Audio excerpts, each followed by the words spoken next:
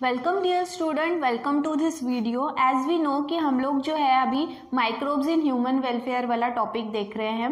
Last time हमने last video में जो है वो फूड प्रिपरेशन के लिए माइक्रो ऑर्गेनिजम्स का क्या यूज़ होता है, कैसे यूज़ होता है, कौन कौन से फूड आइटम्स हैं जिनके लिए इसका इस्तेमाल होता है, इसके बारे में डिस्कस किया था। उसी को हमको कैरी फॉरवर्ड करना है। एज वी हैव सीन कि it is used in the preparation of some traditional food items like dosa, idli, dhokla. इसके अलावा जो है माइक्रो ऑर्गेनिजम्स का इस्तेमाल जो है वो एज अ फूड भी किया जाता है, जैसे कि मशरूम जो है इसे जो है वो एक रिच फूड माना गया है या न्यूट्रिटिव फूड माना गया है, क्योंकि it is rich in protein, vitamins, mineral और इसमें कैलोरी लेवल बहुत ही लो होता है। उसी तरह से जो है वो ट्रेडिशनली हम बचपन से जो है वो मिल्क और मिल्क के प्रोडक्ट्स जो है वो खाते आए हैं और उनके बहुत सारे जो हैं वो और भी दूसरे प्रोडक्ट्स हैं जिन्हें बनाते हैं। तो मिल्क जो है इसे भी एक न्यूट्रिटिव फूड माना गया है क्योंकि it is rich in protein, calcium. इसीलिए जो है अब इसी टॉपिक में दूसरा है that is dairy products. Dairy products मतलब मिल्क प्रोडक्ट्स, मिल्क से बनने वाले प्रोडक्ट्स। तो इसके अलग अलग कैटेगरीज हैं। सबसे पहले जो है मिल्क प्रोडक्ट्स बनाने के लिए लैक्टिक एसिड का इस्तेमाल होता है। ठीक है, लैक्टिक एसिड बैक्टीरियाज जो है, मतलब some of the bacterias which releases lactic acid, वो जो है वो अपनी डे टू डे एक्टिविटी के बेसिस पे जो है वो लैक्टिक एसिड को रिलीज करते हैं और वो लैक्टिक एसिड जो है वो फिर उस मिल्क में मिक्स होके उस मिल्क का जो मेन टेक्सचर है, उसका जो मेन कंटेंट है, उसे जो है वो चेंज कर देता है। तो यहाँ पे वही कहा है कि लैक्टिक एसिड बैक्टीरियाज जो हैं वो यूज किए जाते हैं। स्पेशली जो है वो लैक्टोबैसिलाई की कई सारी स्पीशीज हैं which are used in the production of milk products. ठीक है, देन जो भी फर्मेंट्स हैं, मतलब वो कैसे फर्मेंट करते हैं, तो जो मिल्क होता है, मिल्क में लैक्टोज शुगर होता है। You know there are different types of simple sugar जिन्हें हम मोनो सैकेराइड्स भी कहते हैं, जैसे कि ग्लूकोज है, सुक्रोज है, फिर फ्रुक्टोज है, देन लैक्टोज है। तो इसी तरह से जो है वो लैक्टोज ये जो है वो मिल्क में प्रेजेंट होता है और लैक्टोज को ये फर्मेंट करते हैं। ठीक है, मतलब उसका जो है उसको फर्मेंटेशन की प्रोसेस करते हैं with the help of lactic acid. ठीक है, इस फर्मेंटेशन की प्रोसेस की वजह से जो मिल्क है वो कोएगुलेट मतलब जमने लगता है, गड़े गड़े तैयार हो जाते हैं। आपने देखा होगा कि दूध से जब दही बनता है तो कैसा होता है कि उसके जो है वो गड़े गड़े तैयार हो जाते हैं, वो कोएगुलेट हो जाता है, जम जाता है। ठीक है, और पार्शियली वो जो भी प्रोटीन प्रेजेंट रहता है मिल्क में, जिसे कहते हैं कैसीन, ये जो है इसे वो पार्शियली डाइजेस्ट कर देता है। ठीक है, और उसके बाद में जो है वो मिल्क जो है वो अलग अलग सब्सटेंसेस जैसे कि कर्ड या फिर योगर्ट और चीज़ जैसे सब्सटेंसेस जो है वो बनाने के लिए इस्तेमाल होता है। ठीक है, नाउ यहाँ पे क्या बोला है, द स्टार्टर और इनोक्यूलम। इनोक्यूलम मतलब होता है, देखो कि अगर आपको दूध से दही बनाना है तो वो अपने आप नहीं बनेगा। अगर आपने उस दूध को गर्म नहीं किया और ऐसे ही खुला रख दिया है और अगर जो है वो फट जाता है तो उसके बाद में वो दही बनता है। लेकिन अगर आपको खुद दही बनाना है तो आप उसमें जो है वो लैक्टिक एसिड या एसिडिक सब्सटेंस जो है वो ऐड करने की कोशिश करते हैं। स्पेशली हम नींबू का इस्तेमाल करते हैं। ठीक है, अब ये जो भी हमने ऊपर से डाला है इसे कहते हैं इनोक्यूलम। उस दूध को स्प्लिट करने के लिए, फाड़ने के लिए हम जो ऊपर से डालेंगे उसे कहेंगे इनोक्यूलम। तो आप जो है वो बैक्टीरियल कल्चर भी उसमें डाल सकते हो या फिर जो है वो, या फिर आप देखो घर में कभी मम्मी से पूछना कि अगर ऑलरेडी दही है घर में और दूध भी है तो मम्मी क्या करती है, वो दूध को थोड़ा सा जो है वो गर्म करती है और फिर उसके बाद में जो ऑलरेडी दही है वो उसमें डाल देती है। तो दही डाल रहे हैं हम उसमें, मतलब क्या, उस दही में जो बैक्टीरिया है वो हम जो है वो नॉर्मल दूध में ऐड कर दे रहे हैं, जिसकी वजह से अब जो है वो बैक्टीरिया उस दूध में अपनी एक्टिविटी कैरी आउट करेगा और वो दूध से दही बनेगा। ठीक है, ये जो भी पहला सब्सटेंस है ये एक्चुअली लैक्टिक एसिड बैक्टीरिया होते हैं जो दूध को फाड़ने के लिए या दूध का जो है वो और दूसरा प्रोडक्ट बनाने के लिए इस्तेमाल किया जाता है। ठीक है, देन इसी तरह से जो है इसमें वैरायटी ऑफ सब्सटेंसेस जो हम मिल्क से तैयार करते हैं, जैसे कि कर्ड जो है वो इंडियन क्या कहेंगे हम उसको, एक इंडियन तरीका है, ट्रेडिशनल तरीका है।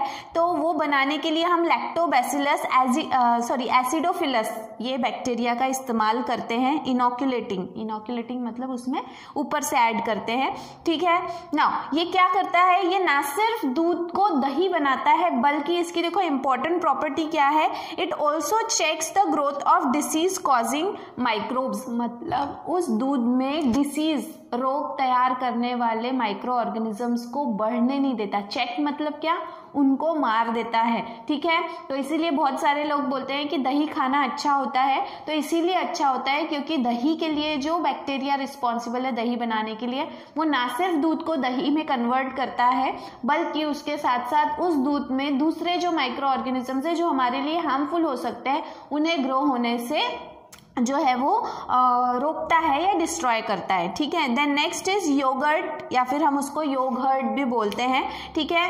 तो ये जो भी है yoghurt, it is produced by milk with the help of streptococcus thermophilus and lactobacilli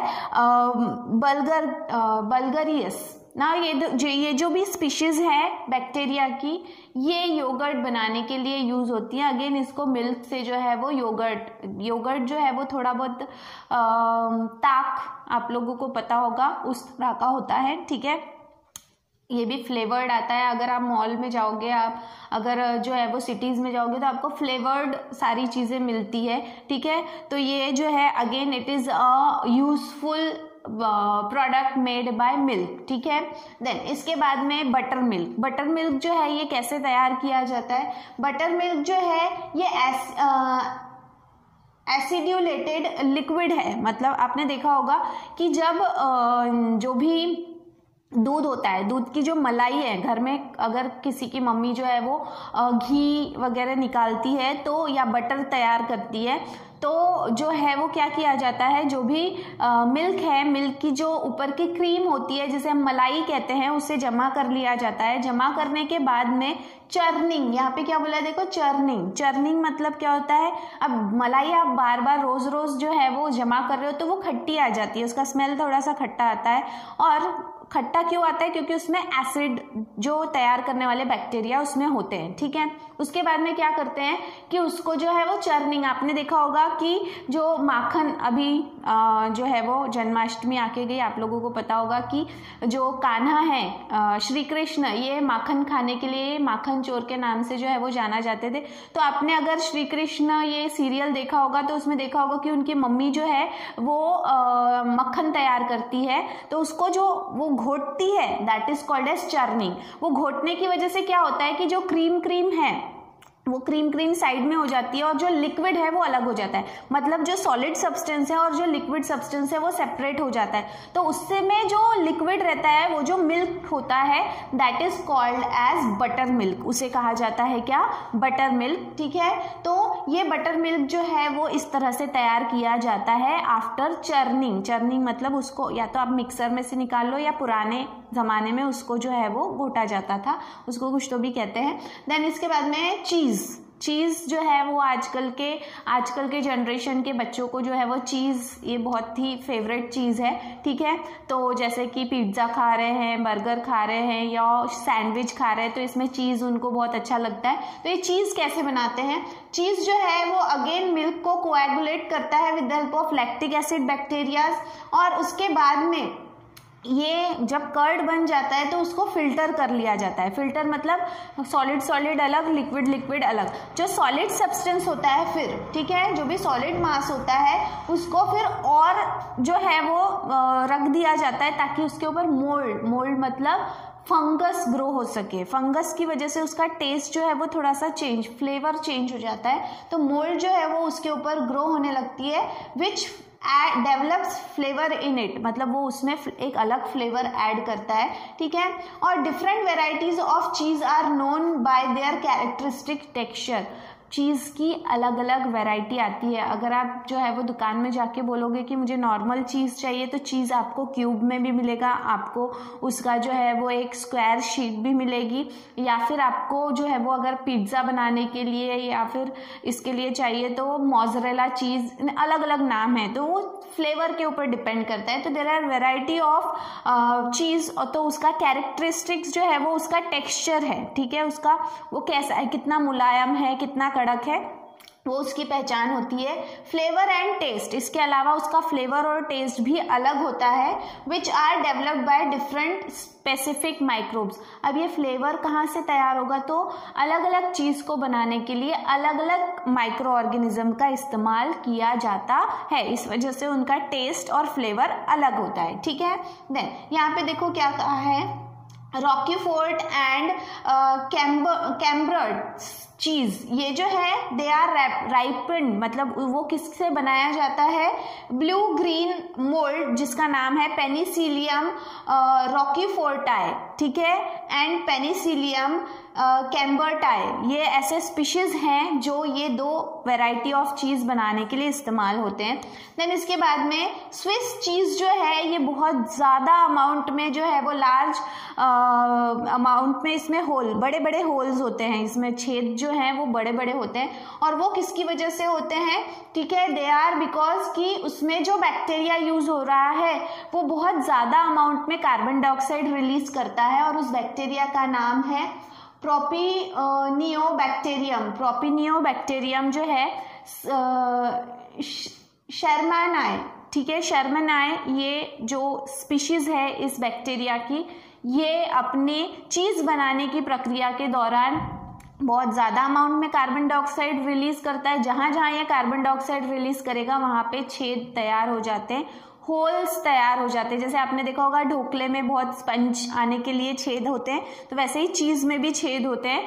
तो वो कौन से चीज़ में होते हैं, स्विस चीज़ में होते हैं, और वो किसकी वजह से होते हैं, इस बैक्टीरिया की वजह से होते हैं, क्योंकि ये रेस्पिरेशन करते वक्त या अपनी एक्टिविटी के दौरान कार्बन डाइऑक्साइड ज़्यादा से ज़्यादा अमाउंट में रिलीज करता है। सो इस तरह से जो है वो milk products with the help of micro organisms बनाए जाते हैं, whether it may be curd, yoghurt, buttermilk, cheese, ये सारे ऐसे प्रोडक्ट्स हैं जो मार्केट में बहुत ज़्यादा वैल्यू रखते हैं, आए दिन बिकते हैं। ठीक है, इसके अलावा और भी चीज़ें हैं जैसे कि पनीर, ये सब चीज़ें जो हैं फिर उसके बाद में और उनके और भी बाय प्रोडक्ट्स हैं। तो इस तरह से मिल्क अकेला खुद एक जो है वो न्यूट्रिटिव फूड माना गया है हमारे इंडियन कल्चर में। इसके अलावा जो है वो बहुत सारे इसके प्रोडक्ट्स जो हैं वो बनाए जाते हैं, और इन प्रोडक्ट्स को बनाने के लिए सबसे इम्पोर्टेंट रोल प्ले करते हैं माइक्रो ऑर्गेनिजम्स। ठीक है, then role of micro organism in industrial production, यहाँ पे जो है वो फूड प्रिपरेशन वाला टॉपिक खत्म होता है। माइक्रो ऑर्गेनिज्म जो फूड प्रिपरेशन में यूज होते हैं। अब जो हमको बात करना है कि माइक्रो ऑर्गेनिजम्स क्या सिर्फ फूड बनाने के लिए इस्तेमाल होते हैं, no, they are also used in different industries. ठीक है, इसका सिर्फ एक इंट्रोडक्टरी पार्ट लिया है मैंने यहाँ पे, इसके बाद में इसके डिटेल में जो है वो हम नेक्स्ट वीडियो में बात करेंगे। अभी देखो यहाँ पे वेराइटी ऑफ प्रोडक्ट्स जो इंडस्ट्रीज में बड़े पैमाने पे बनाए जाते हैं और बेचे जाते हैं और बहुत मुनाफा कमाया जाता है। तो फर्मेंटेशन के मदद से, फर्मेंटेशन किसकी वजह से होगा, माइक्रो ऑर्गेनिज्म, जब तक कि उस चीज में माइक्रो ऑर्गेनिज्म नहीं रहेगा उसका फर्मेंटेशन नहीं होगा। तो फर्मेंटेशन की मदद से बहुत सारे वैरायटी ऑफ प्रोडक्ट जैसे कि अल्कोहलिक बिवरेजेस, जितने भी टाइप ऑफ अल्कोहल है, बिवरेजेस का मतलब होता है जो हम ड्रिंक्स लेते हैं, पीते हैं, ठीक है, उन्हें बिवरेजेस कहते हैं। तो अगर आप कोल्ड बिवरेजेस, हॉट बिवरेजेस बोलेंगे तो कोल्ड बिवरेजेस में क्या आएगा, जैसे कि आप कोल्ड ड्रिंक लेते हो या फिर शेक लेते हो, और हॉट बिवरेजेस में क्या आएगा, कॉफ़ी है, टी है। तो इस तरह से अल्कोहलिक बिवरेजेस भी होते हैं। तो अल्कोहलिक बिवरेजेस में सारे टाइप ऑफ अल्कोहल आएंगे, जैसे कि वाइन है, विस्की है, वोडका है, वॉट एवर इट इज। तो ये सारे जो हैं all of them are called as alcoholic beverages. तो ये सारे अल्कोहलिक बिवरेजेस जो हैं ये बनाने के लिए भी जो है वो माइक्रो ऑर्गेनिज्म का इस्तेमाल इंडस्ट्री में किया जाता है, और फिर अलग अलग तरह के माइक्रो ऑर्गेनिजम्स तैयार किए जाते हैं। देन ऑर्गेनिक एसिड, बहुत सारे ऐसे एसिड्स हैं जो हम यूज करते हैं फॉर डिफरेंट रीजंस। तो ये ऑर्गेनिक एसिड्स तैयार करने के लिए भी माइक्रो ऑर्गेनिजम्स रिस्पॉन्सिबल है। विटामिन्स, विटामिन्स जो है आपको पता होगा, हम विटामिन की टैबलेट्स लेते हैं या हमारे बॉडी में विटामिन जो है वो ज़्यादा हमको मिलने चाहिए, तो इसीलिए हम जो है वो विटामिन रिच फूड खाते हैं, वॉट एवर इट इज। तो जो भी विटामिन्स हैं, ये विटामिन्स तैयार करने के लिए भी माइक्रो ऑर्गेनिजम्स ही रिस्पॉन्सिबल हैं। ठीक है, then growth hormones, there are variety of growth hormones which are produced by different types of micro organisms, जो फिर हमको जो है जिसके बॉडी में हार्मोन की कमी होती है, आपने सुना होगा कि किसी की हाइट कम होती है तो उसको इंजेक्शन दिए जाते हैं हाइट बढ़ाने के।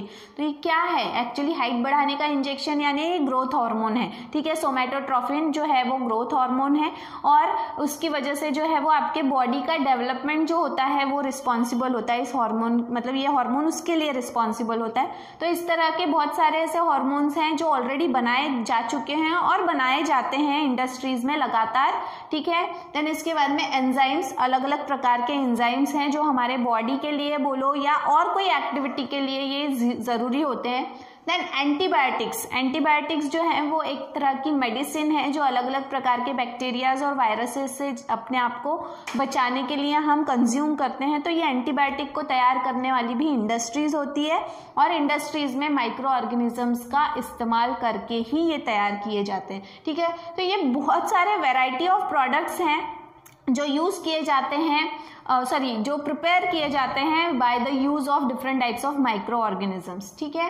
देन इसके बाद में यहाँ पे एक्चुअली ये जो भी चीजें हैं ये जो तैयार करते हैं माइक्रो ऑर्गेनिजम्स, ये सेकेंडरी मेटाबोलाइट्स हैं, मतलब ये सारे ऐसे सब्सटेंसेस हैं जो माइक्रो ऑर्गेनिज्म तैयार तो करता है लेकिन उसका इस्तेमाल वो खुद नहीं करता, वो उसके लिए एक वेस्ट चीज है, उसके लिए बिल्कुल भी यूजेबल नहीं है, ठीक है। और उन चीजों को फिर हम एज अ प्रोडक्ट यूज करते हैं। तो ऐसे चीज जो वो तैयार कर रहे हैं वो उनके लिए यूजफुल नहीं है, they are said to be secondary metabolites. तो जितने भी ये चीजें हैं ये आइडोफेज मतलब क्या कि वो उनके लिए एंड आर नॉट रिक्वायर्ड। आइडोफेज मतलब एक डे टू डे एक्टिविटी, उनकी दिनचर्या है कि वो उनके डे टू डे एक्टिविटी के दौरान कुछ चीजें बनाते हैं, कुछ चीजें जो है वो बनाई हुई चीजों में से कुछ चीजें यूज करते हैं, कुछ चीजें यूज नहीं करते। जो चीजें वो यूज नहीं करते हैं उन्हें कहते हैं सेकेंडरी मेटाबोलाइट्स, और वो यूज नहीं करते लेकिन उन चीजों को हम एज अ प्रोडक्ट यूज करते हैं, ठीक है। तो इसके बाद में नेक्स्ट वीडियो में हम इंडस्ट्रियल प्रोडक्शन में क्या क्या चीजें हैं जो माइक्रो ऑर्गेनिजम्स तैयार करते हैं उनके बारे में बात करेंगे नेक्स्ट वीडियो में। तब तक के लिए थैंक यू।